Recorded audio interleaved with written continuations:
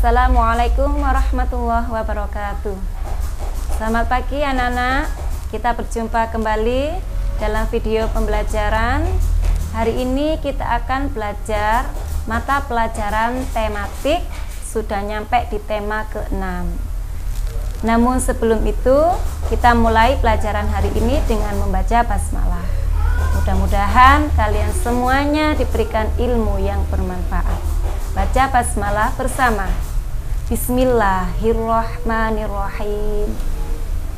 Baik anak-anak, di tema 6 ini Bu Umul akan membahas tentang keragaman kegiatan dalam masyarakat. Sebenarnya ini merupakan pengulangan dari pelajaran yang telah lalu. Apakah anak-anak masih ingat? Keragaman yang ada di Indonesia, ya, ada banyak. Ada keragaman suku dan budaya, keragaman bahasa, keragaman agama, dan sebagainya. Dan hari ini ada tambahan, yakni tentang keragaman kegiatan dalam masyarakat yang ada hubungannya dengan mata pencaharian. Apa mata pencaharian itu? Yakni kegiatan manusia untuk memenuhi kebutuhan.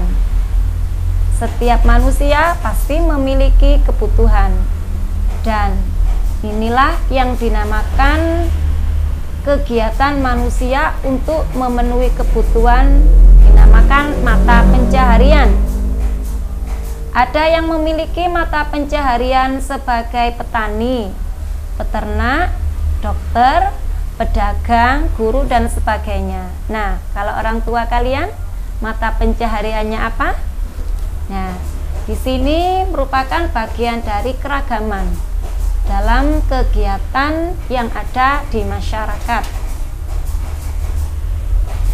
Mata pencaharian merupakan bagian dari keragaman yang dimiliki bangsa Indonesia. Keragaman tidak boleh membuat kita terpecah belah. Keragaman harus menjadi sarana pemersatu bangsa sesuai dengan semboyan yang telah kita kenal, yakni Bhinneka Tunggal Ika. Masih ingat arti Bhinneka Tunggal Ika? Walaupun berbeda-beda, tetapi tetap satu jua. Ingat, walaupun berbeda-beda, tetapi tetap satu jua. Bisa dipahami ya?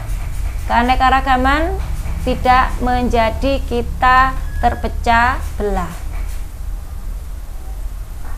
Kemudian di sini ada manfaat keberagaman kegiatan dalam masyarakat. Dengan adanya keberagaman, kita akan memiliki berbagai manfaat. Yang pertama, dapat saling bertukar ide atau pendapat. Karena dengan keberagaman yang ada, akan muncullah ide-ide yang saling berbeda. Kemudian yang kedua, dapat saling melengkapi kekurangan masing-masing. Dapat saling memberikan saran atas kekurangan masing-masing. Kemudian manfaat yang keempat, dapat saling belajar hal-hal baru, terutama untuk meneladani sifat-sifat yang positif. Ya, itu manfaat dengan adanya keberagaman sebagai pemersatu, ya, bukan menjadi pemecah, tapi sebagai pemersatu. Bagaimana sikap untuk menghargai keberagaman? Salah satunya adalah toleransi, ya, toleransi, tidak memaksakan kehendak. Jadi kita harus saling menghargai, saling menghormati. Sikap berikutnya adalah menjadikan keberagaman itu sebagai kekayaan, ya, bukan kekurangan. Nah, kesimpulan dari tadi, ya, yang materi yang Bu Umul bahas adalah dalam melakukan kegiatan yang berhubungan dengan kegemaran atau hobi, ya, maka kegemaranmu itu dapat membantu meraih cita-cita, ya. Jadi di situ tadi ada berbagai profesi, ya, profesi. Salah satu profesi itu merupakan terkadang berawal dari kegemaran kalian. Ada yang kegemarannya itu menyanyi, nah profesinya, cita-citanya menjadi penyanyi, ya. Semakin banyak kegemaran, maka itu bisa mempengaruhi juga dengan cita-cita seseorang. Untuk berikutnya adalah kita menginjak di tema 6 subtema 2, masih lanjut hubungannya dengan keragaman suku dan budaya di lingkungan sekitar. Salah satu ciri budaya yang dimiliki oleh bangsa Indonesia adalah rumah adat dengan nama khas di setiap daerahnya. Setiap rumah adat memiliki desain yang berbeda satu sama lain. Hal itu disesuaikan dengan kebutuhan masyarakat, sekaligus menjadi simbol adat daerah yang bersangkutan. Di sini ada contoh keunikan rumah joglo, rumah adat dari Jawa Timur. Nah, apa keunikannya? Di sini kalian akan mengetahui keunikan dari rumah joglo, ya, seperti di buku kalian, bahwasanya rumah joglo ini merupakan dari keanekaragaman rumah daerah, ya. Joglo menjadi salah satu rumah adat Jawa Tengah yang sudah terkenal. Setiap rumah adat pasti akan menyimpan keunikan tersendiri. Rumah joglo terbuat dari material utama yang berupa kayu jati dengan atap yang berbentuk gunung. Coba perhatikan atapnya, namun memiliki puncak yang mendatar. Kebanyakan orang sering menyebutnya sebagai tajuk. Biasanya rumah joglo ini minim pembatas atau pagar. Tujuannya adalah untuk memberitahukan kepada tamu bahwa pemilik rumah merupakan orang yang terbuka. Pemilik rumah selalu siap untuk bersilaturahmi dengan siapapun yang bertamu ke dalam rumahnya. Nah, ini keunikan dari rumah joglo. Anak-anak bisa mencari keunikan dari rumah adat yang lainnya. Ciri khas masyarakat Indonesia selain rumah adat juga memiliki bahasa dan makanan khas. Sudah pernah kita bahas di materi sebelumnya. Di antaranya, bahasa merupakan alat berkomunikasi dan menyampaikan pesan kepada orang lain. Nah, jadi setiap daerah memiliki khas bahasa tersendiri. Ini merupakan bagian dari keragaman kekayaan yang ada di Indonesia. Begitu juga dengan makanan khas daerah, ya. Ada rendang. Rendang dari mana? Dari Sumatera Barat.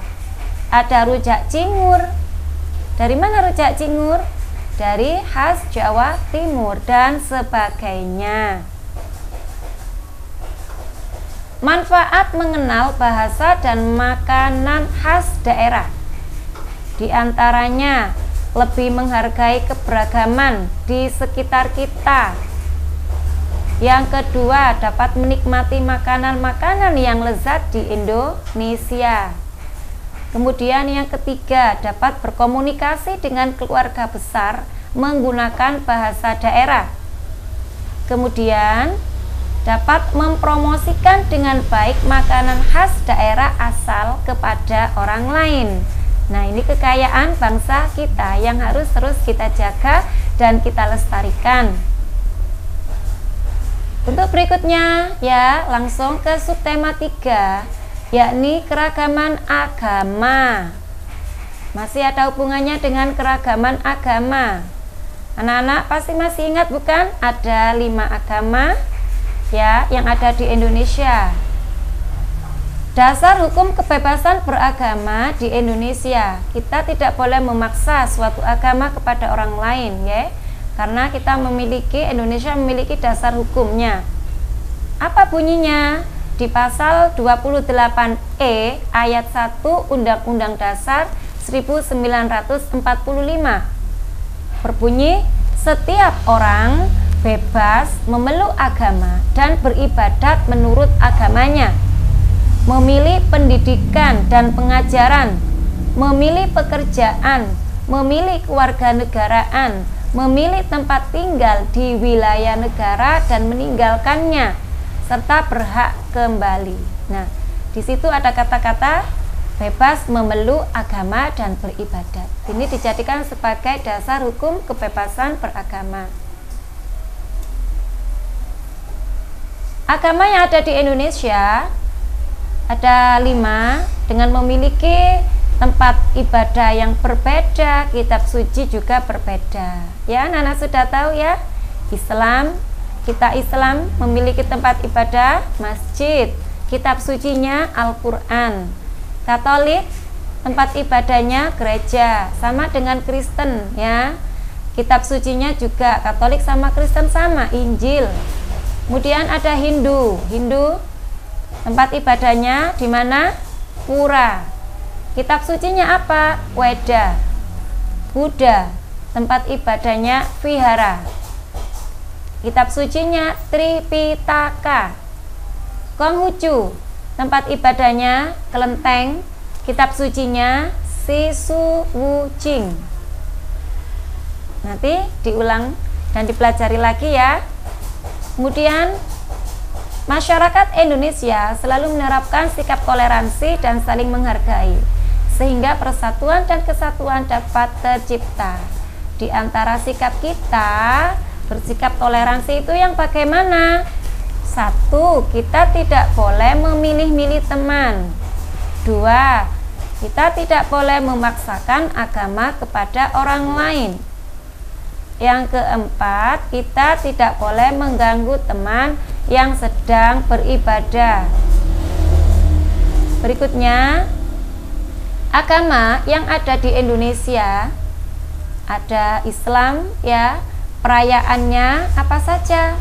Memiliki nama-nama hari raya yang berbeda-beda, ya. Ada agama Islam apa? Hari rayanya hari raya keagamaan Idul Fitri, Idul Adha, Tahun Baru Hijriah, Isra Mi'raj dan sebagainya. Kalau agama Katolik apa nak? Natal, Jumat Agung, Hari Paskah, kenaikan Isa Al-Masih dan sebagainya. Sama dengan Kristen, ya. Sedangkan agama Buddha, hari raya keagamaannya apa namanya? Waisak, Asada, Hari Katina dan sebagainya. Untuk agama Hindu, Tahun Baru Imlek, Cap Gomeh dan sebagainya.